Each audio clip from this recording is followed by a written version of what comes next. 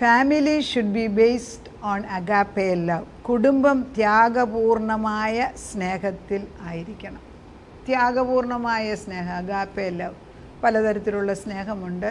എന്നാൽ brotherly love, philia love ഉണ്ട്, പിന്നെ സ്റ്റോർവി ലവ് ഉണ്ട്, അതായത് സെക്ഷുവൽ ലവ് ഉണ്ട്, അഗാപ്പെ ലവ് ഉണ്ട്. അഗാപ്പെ ലവ് എന്ന് പറയുന്നതാണ് നമ്മൾ ദൈവനാമത്തിൽ നമ്മൾ ത്യാഗം സഹിച്ചുകൊണ്ട് സ്നേഹിക്കാനുള്ളത്.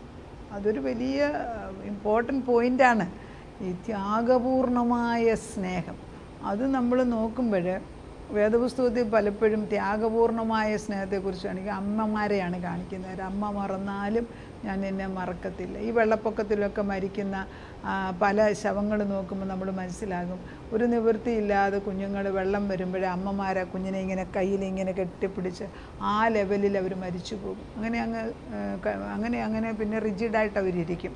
കാരണം മരിക്കുന്ന സമയത്ത് അവർ ആ കുഞ്ഞിനെ നെഞ്ചിനകത്തോട്ട് ചേർത്ത് പിടിച്ച് വെച്ചിട്ടാണ് അവർ മരിക്കുന്ന പോലും. അതാവുന്ന അമ്മമാരുടെ സ്നേഹത്തിന് ഒരു പ്രത്യേക പദവി വേദപുസ്തകത്തിൽ തന്നിട്ടുണ്ട്. ദൈവം അങ്ങനെയാണ് സൃഷ്ടിച്ചു വച്ചിരിക്കുന്നത്.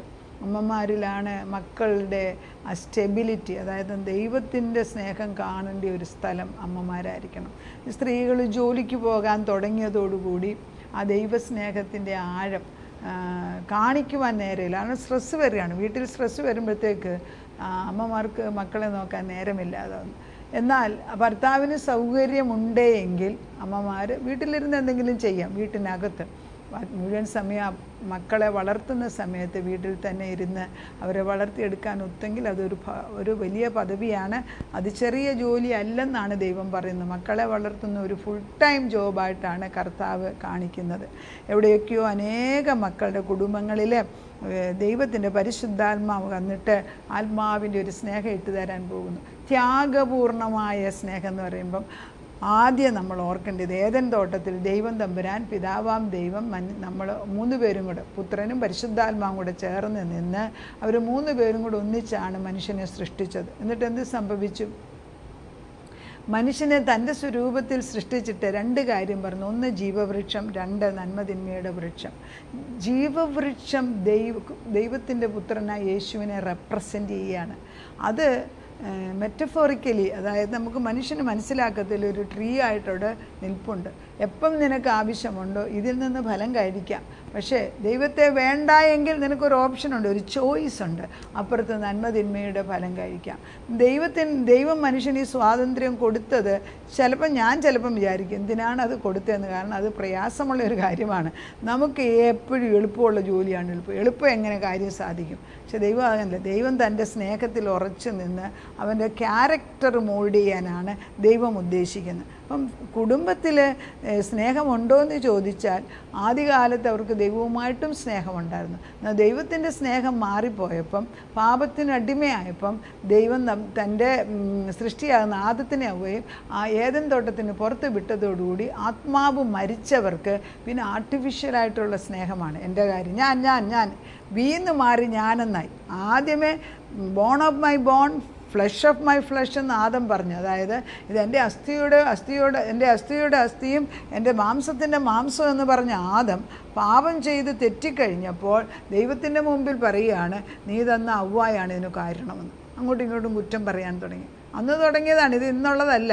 അതുകൊണ്ട് ആരും ഇതിനകത്ത് അധികം അതിശയം പറയണ്ട. എല്ലാ കുടുംബങ്ങളിലും ഈ പ്രശ്നമുണ്ട്. പക്ഷെ കർത്താവ് പറയുന്നത് അതുകൊണ്ടാണ് യേശു ക്രിസ്തു പിതാവിന് സങ്കടമായി താൻ സൃഷ്ടിച്ച മക്കൾ ദൈവത്തിൽ നിന്ന് അകന്നു പോയപ്പം തിരിച്ചെങ്ങനെ കൊണ്ടുവരും എന്നുള്ളതിന് യേശു പറയുന്നു, ഞാൻ പോയി അവരെ തിരിച്ചു കൊണ്ടുവരാം. അങ്ങനെയാണ് യേശു കടന്നു വന്നത്. അപ്പോൾ ഇത് അഗാപ്പെ ലവ് എന്ന് പറയുമ്പോൾ അതിൻ്റെ 3:16 God so loved the world that he gave his only begotten Son, whosoever believes in him shall not perish but will have eternal life. അതായത് തൻ്റെ ഏകജാതനായ പുത്രനിൽ വിശ്വസിക്കുന്ന ഏവനും നശിച്ചു പോകാതെ നിത്യജീവൻ പ്രാപിക്കേണ്ടതിന് ദൈവം അവനെ നൽകുവാൻ തക്കവണ്ണം ദൈവം ലോകത്തെ അല്ലേ എന്നെ സ്നേഹിച്ചു. അത് ത്യാഗപൂർണമായ സ്നേഹമാണ്. ഈ ത്യാഗപൂർണമായ സ്നേഹത്തിൻ്റെ ആഴം എത്രയെന്ന് ചോദിച്ചാൽ ക്രൂശിലാണ് അത് കാണുന്നത്.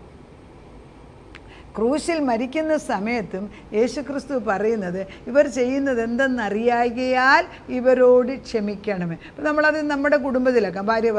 ഭർത്താവ് ഒന്ന് ദേഷ്യപ്പെട്ടു, ആ ഭർത്താവ് ചെയ്ത ബിസിനസ് എല്ലാം നഷ്ടമായി, അദ്ദേഹം പിന്നെ കള്ളു കുടിക്കാൻ തുടങ്ങി. ഉടനെ ഭാര്യ എന്താ പറയുന്നത്? നിങ്ങൾ ചതിവ് പറഞ്ഞ് എന്നെ കല്യാണം കഴിച്ചതല്ലേ, അതുകൊണ്ടല്ലേ ഇതെല്ലാം സംഭവിച്ചത്, നിങ്ങൾ പണ്ടേ കള്ളം പറയുമായിരുന്നു, ഇപ്പം നിങ്ങൾ ബിസിനസ്സിന് പോയിട്ട്. പിന്നെ ആ മനുഷ്യന് സ്വസ്ഥതയില്ല.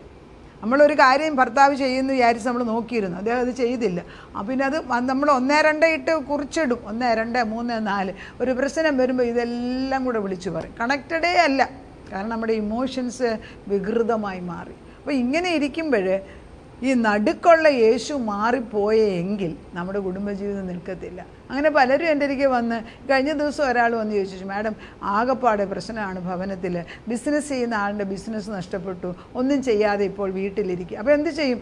വീട്ടിലിരിക്കുന്ന ഈ പുരുഷനെ അവർക്ക് സ്വസ്ഥതയില്ല. നമ്മൾ ഈ പറയുന്നത് നമ്മളും അങ്ങനെയൊക്കെ തന്നെയാണ്. നമുക്കും ആ ഒരു ക്യാരക്ടർ ഉള്ളിലുണ്ട്. Unless we restrain it, it will come up. അപ്പോൾ നമ്മൾ മനസ്സിലാക്കേണ്ടത്, നമ്മൾ ഒരു പ്രയാസ സമയത്ത് ആ പ്രശ്നം യേശുവിൻ്റെ മുമ്പിലേക്ക് കൊണ്ട് കൊടുക്കാൻ പഠിക്കണം. എന്നിട്ട് ഇതിൻ്റെ പ്രശ്നം എൻ്റെ താക്കോല്, ഞാൻ പ്രാർത്ഥിക്കുമ്പോൾ ദൈവം ഇതിന് ഉത്തരം തരുമെന്ന്, എന്നിട്ട് നമ്മളത് ഏറ്റെടുക്കുകയാണ്. സാബേ, എന്താണ് ഈ പ്രശ്നം എന്ന് എനിക്ക് മനസ്സിലാകത്തില്ല, but I am placing this matter before the lord. അവിടെയാണ്, അതായത് നമ്മുടെ രഹസ്യ മുറിയിൽ കർത്താവിൻ്റെ സന്നിധിയിൽ ചെന്ന് പ്രശ്നങ്ങൾ പറഞ്ഞ് പരിഹാരം കണ്ടെത്തിയിട്ട് വേണം ഭർത്താവിനോട് സംസാരിക്കാൻ. എത്ര പേർക്ക് അങ്ങനെ അറിയാം? എത്ര പേർക്ക് അങ്ങനെ അറിയാം? ഞാൻ അങ്ങനെയുള്ളവരെ അറിയുന്നുണ്ട്, കാണുന്നുണ്ട്. എൻ്റെ ജീവിതത്തിൽ പലരും ഈ TV പ്രോഗ്രാം തുടങ്ങിയ പിന്നെ പല സ്ത്രീകളെ എൻ്റെ അടുക്കൽ വന്ന് ചോദിക്കുമ്പോൾ ഞാൻ അങ്ങനെയുള്ള സ്ത്രീകളെ ഇപ്പം കാണുന്നുണ്ട് കൂടുതൽ. അവർ വീട്ടിൽ ഭർത്താവ് ഉറങ്ങുമ്പോൾ അവർ വേദപുസ്തകം എടുത്ത് വെച്ച് ഒരു വചനം ദൈവം കൊടുക്കുന്നതിൽ മെഡിറ്റേറ്റ് ചെയ്ത് കമന്ന് കിടന്ന് ദൈവസന്നിധിയിൽ പ്രാർത്ഥിച്ചിട്ട് ഉത്തരവുമായിട്ട് അവർ രാവിലെ വരുന്നു. നമ്മളത് പഠിക്കാതിരിക്കാം. നമ്മളെന്നാൽ ഭർത്താവിനോട് പറയുന്നത് ഇച്ചിരി കൂടെ എളുപ്പമാണ്. മക്കൾ പ്രായമായിക്കഴിഞ്ഞാൽ നേരിട്ട് അവരോട് ഒരു കാര്യം പറഞ്ഞിട്ട് കാര്യമില്ല. അവരോട് പറയുന്നതിന് മുൻപ് തന്നെ ദൈവസന്നിധിയിൽ നമ്മളെ തന്നെ ഏൽപ്പിച്ചിട്ട് അമന്ന് കിടന്ന്, ദൈവമേ എന്താണ് ഈ പ്രശ്നത്തിന് പരിഹാരമെന്ന് ദൈവത്തോട് സംസാരിച്ച് അതിൽ ഒരു ഉത്തരങ്ങൾ. അതാണ് ത്യാഗപൂർണമായ സ്നേഹം. എന്ത് പ്രശ്നം വന്നാലും അവരെനിക്ക് വിലപ്പെട്ടതാണ്. ഇറങ്ങിപ്പോയെന്ന് പറയാൻ എളുപ്പമാണ്, അവരിറങ്ങിപ്പോയെന്നും ഇരിക്കും, അങ്ങനെ പറയണത് പലർക്കും തോന്നുമായിരിക്കും. പക്ഷെ അവിടെ ആണോ ത്യാഗപൂർണമായ സ്നേഹം? എത്ര അമ്മയപ്പന്മാർ മക്കൾ അടിക്കുന്നവരുണ്ട്. മക്കൾ അടിക്കുന്ന എത്ര അമ്മയപ്പന്മാരെ എനിക്കറിയാം. എന്താണ്? അവർക്ക് വകതിരിവില്ലാത്തപ്പം പിശാചിന് അടിമയായിട്ടിരിക്കുമ്പം നമ്മൾ മക്കളെയല്ല നോക്കുന്നത്, ആ മകനിൽ പ്രവർത്തിക്കുന്ന ദുരാത്മാവിന് എൻ്റെ പ്രാർത്ഥനയെക്കാട്ടിലും ശക്തി ഉണ്ടോ എന്ന് ചോദിക്കാനുള്ള ശക്തി വരുമ്പോൾ അവൻ അഴിയും. അതെ, നമ്മുടെ കുടുംബത്തെ നശിപ്പിച്ചുകൊണ്ടിരിക്കുന്നവൻ അകത്ത്, അതായത് എൻ്റെ നെഞ്ചിനകത്തുനിന്ന് സാധനങ്ങൾ മക്കളെ എടുത്തുകൊണ്ട് പോകുമ്പോൾ എൻ്റെ പ്രാർത്ഥന സ്വർഗത്തിൽ എത്തുന്നില്ലയോ എന്ന് ചോദിക്കുമ്പോഴാണ് അവിടെ ഒരു പ്രാഗൽഭ്യം വരുന്നത്. അത് ചോദിക്കാനുള്ള അഗാപ്പെ ലവ് ഉണ്ടാകുന്നത് ക്രിസ്തുവിൽ നിന്ന് മാത്രമാണ്, വേറെ ഒരിടത്തുനിന്ന് അത് കിട്ടത്തില്ല. ആരൊക്കെ എന്ത് ഒരു കുറേ നാളൊക്കെ നമ്മൾ മറ്റുള്ളവർക്ക് വേണ്ടി പ്രാർത്ഥിക്കും, കുറച്ച് കഴിയുമ്പോൾ നമ്മൾ പറയും അവനോട് ഇറങ്ങിപ്പോകാൻ പറ, ഭർത്താവ് വേണ്ടെന്ന് പറ, ഡിവോഴ്സ് എടുക്കുക, നമ്മളെന്തെങ്കിലും പറഞ്ഞു പോകത്തില്ലേ?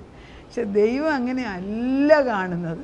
ദൈവം കാണുന്നത് ഈ ത്യാഗമായ സ്നേഹം നമ്മളിൽ നിന്ന് നമുക്ക് ദൈവം തമ്പുരാൻ നമ്മൾ എടുക്കാൻ ആഗ്രഹിക്കുകയാണ്. എബ്രായ ലേഖനം 2:14 വാക്യമെടുക്കുന്നത്. മക്കൾ ജഡരക്തങ്ങളോടു കൂടിയവനാകയാൽ അവനെ അവരെപ്പോലെ മക്കൾ ജഡരക്തങ്ങളോട് കൂടിയവനായതുകൊണ്ട് അവനും അവരെപ്പോലെ ജഡരക്തങ്ങളോട് കൂടിയവനായി മരണത്തിൻ്റെ അധികാരമായ പിശാചിനെ തൻ്റെ മരണത്താൽ നീക്കി ജീവപര്യന്തം മരണഭീതിയിൽ അടിമകളായിരുന്നവരൊക്കെയും വിടുവിച്ചു. അതാണ് അടിമത്വത്തിലിരിക്കുന്ന ഭർത്താവിനെയും മക്കളെയും നമ്മളെയും വിടുവിക്കാൻ കർത്താവ് പാപത്തിൻ്റെ അനുഭവങ്ങൾ അറിയാൻ വേണ്ടി ജഡരക്തത്തിൽ ഇറങ്ങി വന്നെന്ന്. ഈ ജഡീക മനുഷ്യന് ബലമില്ലല്ലോ. യേശുക്രിസ്തു സ്വർഗത്തിൽ തൻ്റെ മഹത്വം ഉരിഞ്ഞു വെച്ചിട്ട് മനുഷ്യനായിട്ട് നമ്മളെപ്പോലെ ഭൂമിയിൽ ഇറങ്ങി വന്ന് ജീവിച്ചത് നമ്മുടെ പ്രശ്നം പരിഹരിക്കാൻ, നമ്മുടെ ജീവിതത്തിൻ്റെ സാഹചര്യം മനസ്സിലാക്കാൻ. നമ്മളൊരു കേസ് കൊണ്ടൊരു വക്കീലിനെ ഏൽപ്പിച്ചാൽ ഒരു ജഡ്ജിനെ ഏൽപ്പിച്ചെന്നിരിക്കട്ടെ, പണ്ട് കാലങ്ങളിൽ ഇവരൊക്കെ വിശ്വസിക്കുക. ഇപ്പോഴത്തെ കാലത്തെ വക്കീലന്മാർ കേസ് കൊടുത്തു കഴിഞ്ഞോ പിന്നെ അവർ വേറൊരു പ്രകൃതമാണ്. പിന്നെ നമുക്ക് അവർ കൊടുത്ത പേപ്പർ പോലും അവർ തിരിച്ചു തരാത്ത വക്കീലന്മാർ, ജഡ്ജിമാർ നമുക്ക് അനുകൂലമായ വിധി കിട്ടുമെന്നുണ്ട്. ഇല്ല. അങ്ങനത്തെ കാലമായി മാറുന്നിടത്ത് നമുക്ക് അധികാരമായിട്ട് കടന്നു ചെല്ലാൻ പറ്റിയ ഒരു ദൈവവും ഒരു ജഡ്ജും ഒരു വക്കീലുമായിട്ട് യേശു നിൽക്കുമ്പോൾ നമ്മൾ എന്തുകൊണ്ട് ദൈവസന്നിധിയിൽ കടന്നു ചെന്നിട്ട് ഉത്തരം വാങ്ങിക്കുന്നില്ല? ഉത്തരം അവിടെ നിന്ന് കിട്ടാൻ സാധ്യതയുണ്ടോ എന്ന് എന്തുകൊണ്ട് പരീക്ഷിച്ചു നോക്കുന്നില്ല? അറിയാവുന്നവരോട് ഇത് ചോദിച്ച് മനസ്സിലാക്കുന്നില്ല? അതുകൊണ്ടാണ് ഈ കുടുംബയോഗങ്ങളിൽ കടന്നു വരുമ്പോൾ നമ്മൾ വ്യക്തികളെ അന്യോന്യം അറിയുകയാണ് ചെയ്യുന്നത്. പല അനുഗ്രഹങ്ങളും വർഷങ്ങളായിട്ട് കുടുംബയോഗത്തിന് ഞാൻ എൻ്റെ ഫാമിലിയിലെ കുടുംബയോഗത്തിനും ഡോക്ടറിൻ്റെ കുടുംബയോഗത്തിനും ഞങ്ങൾ മിക്കപ്പോഴും കഴിയുമ്പോഴെല്ലാം പോകും. ഞാൻ നോട്ട് ചെയ്യുന്നത് പല അനുഗ്രഹങ്ങളുടെ കണക്ഷനും കിട്ടിയിരിക്കുന്നത് കുടുംബത്തിൽ കൂടെ തന്നെയാണ്.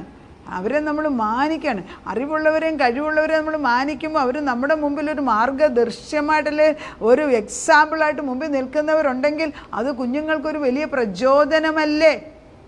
എല്ലായിടത്തും പോയി നോക്കണം. ഇപ്പോഴത്തെ പ്രചോദനം എന്താ? സിനിമാ നടികളെ കാണിക്കുക, നടനെയും കാണിക്കുക, സ്ത്രീകൾ വസ്ത്രമില്ലാതെ കാണിക്കുക. ഇതൊക്കെയാണ് പ്രചോദനമാക്കി. കുഞ്ഞുങ്ങൾ എന്ത് കണ്ട് പഠിക്കണം? എന്നാലും ഒരു കുടുംബയോഗത്തിൽ വരുമ്പം അവിടെ പ്രായമുള്ളവരെ മാനിക്കുന്നതും അവർക്ക് കൊടുക്കേണ്ട ബഹുമാനം കൊടുക്കേണ്ടതും കുഞ്ഞുങ്ങൾ പഠിച്ചവരെ ആദരിക്കുന്നത് കാണുമ്പോഴും അവർക്കൊരു വില വരും. ഇതൊക്കെ അതുകൊണ്ട് നമ്മൾ മനസ്സിലാക്കേണ്ടത് ഓരോന്നിൻ്റെ വില ദൈവമാണ് വെച്ചിരിക്കുന്നത്. അതിൻ്റെ കൂടെ ഞാൻ എടുക്കുന്ന വാക്യങ്ങൾ സദൃശ്യവാക്യം 6:6 തൊട്ട് 8 വരെ. ഉറുമ്പിനെ നോക്കി പഠിക്കുക. സദൃശ്യവാക്യം 30:24 തൊട്ട് 25. സദൃശ്യവാക്യം 6:6 തൊട്ട് 8 വരെ ഇങ്ങനെയാണ് വരിക്കുന്നത്. മനുഷ്യ ഉറുമ്പിൻ്റെ അടുക്കൽ ചെല്ലുക, അതിൻ്റെ വഴികളെ നോക്കി ബുദ്ധി പഠിക്കുക.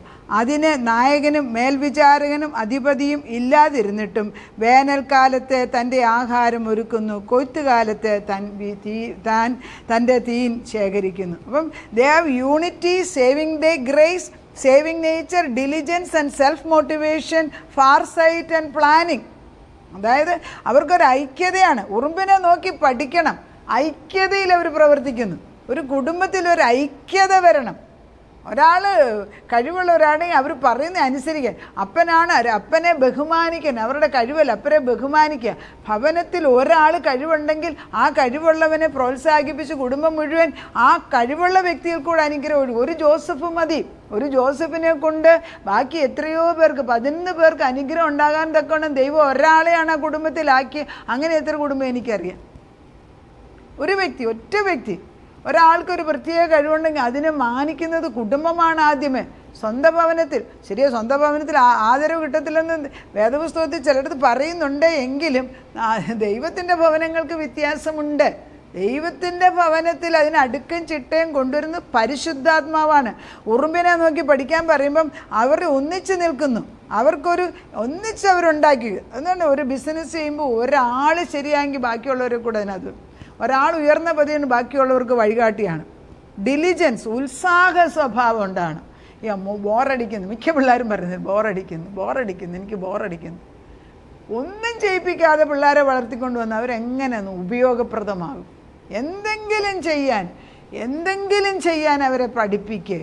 ചെറുപ്പത്തിൽ വീട് വൃത്തിയാക്കാൻ അവർക്ക് അറിഞ്ഞുകൂടാ, പാത്രം കഴുകാൻ അറിഞ്ഞുകൂടാ, ഭക്ഷണം ഒരെണ്ണം അത്യാവശ്യം വന്ന് ഉണ്ടാക്കാൻ അറിഞ്ഞുകൂടാ, ഒരു ഗാർഡൻ വൃത്തിയാക്കണ്ടേ. എന്തിനാണ് ഈ സാധാരണഗതി ഇതൊക്കെ ജപ്പാനിലൊക്കെ നോക്കുമ്പോൾ അവർ 5-5 ക്ലാസ് വരെ ഒന്നും പഠിപ്പിക്കൂല. സമൂഹത്തിൽ എങ്ങനെ പെരുമാറണമെന്നാണ് ആദ്യം അവരെ പഠിപ്പിക്കുന്നത്. നമ്മളോ സ്വാർത്ഥമായിട്ട് പഠിപ്പിച്ച് വെച്ചിട്ട് ദൈവം ഇല്ലാതാക്കുന്നു. കർത്താവ് പറയുന്നത് നമ്മൾക്ക് ഒന്നിച്ച് നിൽക്കണമെങ്കിൽ, ദൈവത്തിൻ്റെ യൂണിറ്റി വരണമെങ്കിൽ നമ്മൾ ഞാനെന്ന ഭാവം മാറ്റി നിർത്തിക്കൊണ്ട് ദൈവത്തിൻ്റെ ആത്മാവിൽ ഉത്സാഹത്തോടുകൂടി ദീർഘദൃഷ്ടിയോടുകൂടെ ദൈവത്തിൻ്റെ ആത്മാവിൽ ഉറച്ചു നിൽക്കണം. ഉറുമ്പ് ബലഹീനമായ ജാതിയെങ്കിലും അത് വേനൽക്കാലത്ത് ആഹാരം സമ്പാദിച്ച് നിൽക്കുന്നു. അതുപോലെ വേദപുസ്തകത്തിൽ പറയുന്നുണ്ട്, പ്രായമുള്ള അപ്പനമ്മമാരുണ്ട് എങ്കിൽ വല്യപ്പച്ചന്മാർ അവരുടെ സമ്പത്ത് കൂട്ടിവെക്കുന്നത് അടുത്ത തലമുറകൾക്ക് ഐശ്വര്യമായിരിക്കുന്നെന്ന് സദൃശ്യവാക്യത്തിൽ പറയുന്നുണ്ട്. അപ്പം ഒന്നും ഉണ്ടാക്കണ്ട, ഒന്നും വേണ്ട എന്നൊക്കെ പറയുന്നത് ഒരു സൈഡിൽ കൂടെ കിടക്കുന്നതെങ്കിലും സത്യത ഞാൻ പറയട്ടെ, കുടുംബമുള്ളവർക്ക്, അതിൻ്റെ മഹത്വമുള്ളവർക്ക് കുടുംബത്തിൻ്റെ സമ്പത്ത്, അവരുടെ സ്വഭാവങ്ങൾ, അവരുടെ പേര്, അവരുടെ പ്രശംസ അടുത്ത തലമുറക്ക് പ്രചോദനമായി മാറണം. അതിന് ദൈവം വേണം. സ്വാർത്ഥത പലപ്പോഴും കുടുംബത്തിന് സമ്പത്തും സൗകര്യം വരുമ്പോൾ ഒരു സ്വാർത്ഥമായിട്ട് അതെല്ലാം നശിപ്പിച്ച് കളയുക ചെയ്യുന്നത്. അങ്ങനെ ആകാതെ ഉറച്ച പാറമേൽ നിന്നുകൊണ്ട് ത്യാഗപൂർണമായിട്ട് അതിൻ്റെ തലമുറകൾ നമുക്ക് പിതാക്കന്മാരുണ്ടാക്കി വെച്ചത് അല്ലെ അമ്മയപ്പന്മാർ അധ്വാനിച്ചുണ്ടാക്കിയത് എൻ്റെ കൈ കൊണ്ട് നശിപ്പിക്കാതെ ഞാനതിനെ വർദ്ധിപ്പിച്ച് എൻ്റെ തലമുറകൾക്ക് കൊടുക്കുമെന്ന് ചിന്തിച്ച് നോക്കിക്കേ. ഇതൊക്കെ ഒരു ഒറ്റ ഫേസ് എടുക്കുന്നുള്ളൂ. എന്തുമാത്രം ഈ ത്യാഗസ്നേഹം എന്ന് പറയുമ്പം ദിനം പ്രതി കാണേണ്ട ഒരു സംഭവമാണ്, അല്ലാതെ പണത്തെ മാത്രമല്ല. ഒരാൾക്ക് അസുഖം വരും ബാക്കിയുള്ളവരെല്ലാം കൂടെ ഓടി വരും ഇല്ലേ? അങ്ങനെ ഒരു ചെയ്യുന്നില്ലേ? പണം ഒരാൾക്കൊരു വിവാഹം വരുമ്പം നമ്മളെല്ലാവരും കൂടെ പണ്ട് കാലത്ത് ഒന്നിച്ചിട്ടുണ്ട്, അവരൊന്നിച്ചു കൂടുമായിരുന്നു. ഇപ്പോഴും ചെയ്യുന്നവരുണ്ടില്ലെന്ന് ഞാൻ പറയുന്നില്ല. കർത്താവിൻ്റെ സ്നേഹത്തിലെ കുടുംബം നടത്താൻ നമുക്ക് പ്രത്യേക കൃപ ലഭിക്കട്ടെ. നമുക്ക് പ്രാർത്ഥിക്കാം. നാഥ, ദൈവീയ സ്നേഹത്തിൽ അഗാപ്പയല്ല, അത് ഒന്നിച്ച് യൂണിറ്റി ഈ സ്ട്രെങ്ത് എന്ന് പറയുന്ന കർത്താവ്, ഒന്നിച്ച് പ്രവർത്തിക്കാനുള്ള ബലം ആത്മാവിനെ കിട്ടത്തുള്ളൂ. ഒന്നിച്ചുള്ള ആത്മാവ് വരുമ്പം പരിശുദ്ധാത്മാവിൻ്റെ നിറവിൽ നിന്ന് മുൻപോട്ട് പോകാൻ ഞങ്ങളെ പഠിപ്പിക്കുന്നതിന് നന്ദിയോടെ സ്തോത്രം. ഉന്നതനായ ദൈവത്തിൻ്റെ മുഖത്തേക്ക് നോക്കി സത്യത്തിൻ്റെ ആത്മാവിൽ ജീവൻ്റെ ആത്മാവിനെ കൊണ്ട് പ്രാപിച്ച് അനേക കുടുംബങ്ങളിലേക്ക് ദൈവസ്നേഹം പകർന്നു കൊടുക്കുന്ന ഒരു നല്ല വിളക്കായിട്ട് ഞങ്ങളുടെ കുടുംബങ്ങളെ ഞങ്ങളുടെ മക്കളെ ആക്കിയെടുക്കണമേ. പിൻതലമുറകൾ അല്ലെങ്കിൽ മുൻ തലമുറകൾ പരിശുദ്ധാത്മാവിൽ നിന്ന് കഴിഞ്ഞിട്ട് അടുത്ത തലമുറയ്ക്ക് അതൊരു പ്രചോദനമായി മാറുവാൻ തക്കവണ്ണം ഞങ്ങളിലുള്ള ജഡീക സ്വഭാവത്തെ എടുത്തു കളഞ്ഞ് ത്യാഗപൂർണമായ സ്നേഹത്തിലേക്ക് ഞങ്ങളെ നയിക്കണമേ. കുരിശെ നോക്കിക്കൊണ്ട് നീ ഞങ്ങൾക്ക് വേണ്ടി ക്രൂശ് വഹിച്ചു എങ്കിൽ ഏത് കഷ്ടത്തിലും നിൻ്റെ സാന്നിധ്യമുണ്ട് എന്ന് പറഞ്ഞ് അത് സന്തോഷത്തോടെ വഹിച്ച് പ്രാർത്ഥിച്ച് മുൻപോട്ട് പോകാൻ തലമുറകളെ എത്തേണ്ട തീരത്തെ എത്തിപ്പാൻ ഈ കർത്താവെ ഈ ബഥേലിൻ്റെ വക്കത്ത് കൊണ്ടുവന്ന് ഗോവേണി കയറ്റി അവരെ സ്വർഗത്തിൽ എത്തിക്കുന്നിടം വരെ ഈ പടക് അങ്ങേപ്പുറത്ത് എത്തേണ്ട കരയിൽ എത്തിക്കുന്നിടം വരെ ത്യാഗപൂർണമായിട്ട് പ്രാർത്ഥിച്ച് മുൻപോട്ട് നീങ്ങാൻ, പ്രയാസങ്ങളുടെ നടുക്ക് ദൈവത്തിൻ്റെ ജയത്തിൻ്റെ കൊടി ഉയർത്തിപ്പിടിച്ച് പ്രാർത്ഥിപ്പാൻ ഞങ്ങളെ നീ പഠിപ്പിക്കണമേ. അങ്ങനെ ഞങ്ങളുടെ അടുത്ത തലമുറകൾക്ക് നീ ഐശ്വര്യവും ദിവ്യമായ കാരുണ്യം കൃപയും കൊണ്ട് നിറയ്ക്കുന്നതിന് നന്ദി. പ്രാർത്ഥനയ്ക്ക് ഉത്തരം തന്ന ദൈവത്തിന് സ്തോത്രം. യേശു ക്രിസ്തുവിൻ്റെ പൊന്നുനാമത്തിൽ തന്നെ. ആമേൻ.